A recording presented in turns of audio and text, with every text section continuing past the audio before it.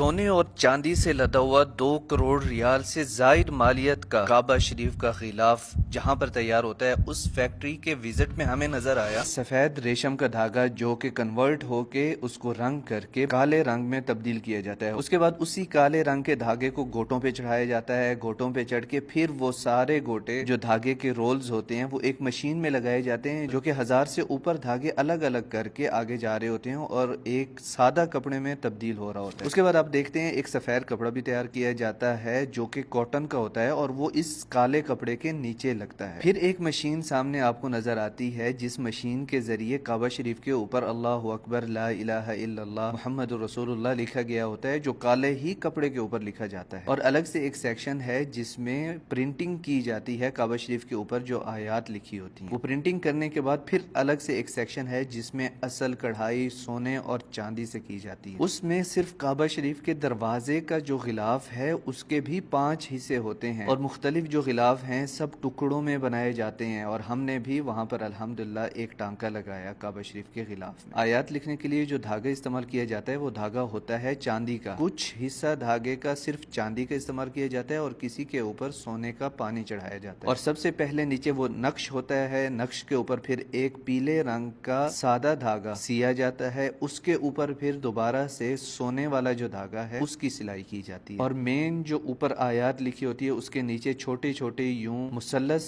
तरह के या हय्यू या कय्यूम और मजीद अल्लाह ताला के नाम लिखे होते हैं। इसको कंदील कहते हैं। ये भी काबा शरीफ के ऊपर जड़ा जाता है। और ये स्पेशल एक पाउच बनाया जाता है जिसके अंदर काबा शरीफ की चाबी रखी जाती है। और ये एक अलग ही निशान काबा शरीफ के रुकने यमानी के ऊपर लगाया जाता है ताकि सारे कोनों में से रुकने यमानी आपको अलग से दिख जाए।